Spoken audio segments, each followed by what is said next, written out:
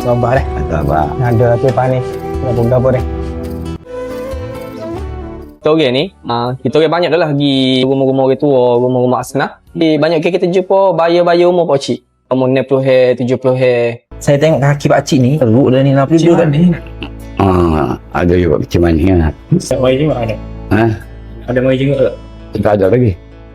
Awak tahu orang cik di sini? Tahu. Tahu ah. Kerja kami aja.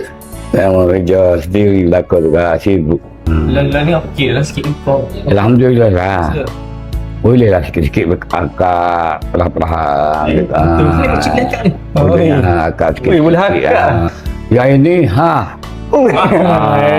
pergi peta je kata. Bentar sikit, awak ada macam mana?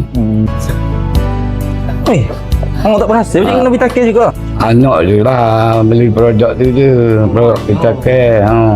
Dia kata baik, bagus, mudah siap. Lepas tu pocik dia pergi ke Malaysia lah apa lah. Kerja bakar tu boleh seminggu dua boleh tahu sekali. Saya berapa? Bagus yang dia. Pocik ni lama dah nak bergaya dengan keluarga tapi Tuhan tak izin lagi lah. Nak bersama dengan dia ke apa, nak beraya dengan dia, minta maaf ke apa. Kalau tak boleh, nak apa mana? Anak berapa orang cik? Anak 9. Oh, ramai. Anak memang ramai.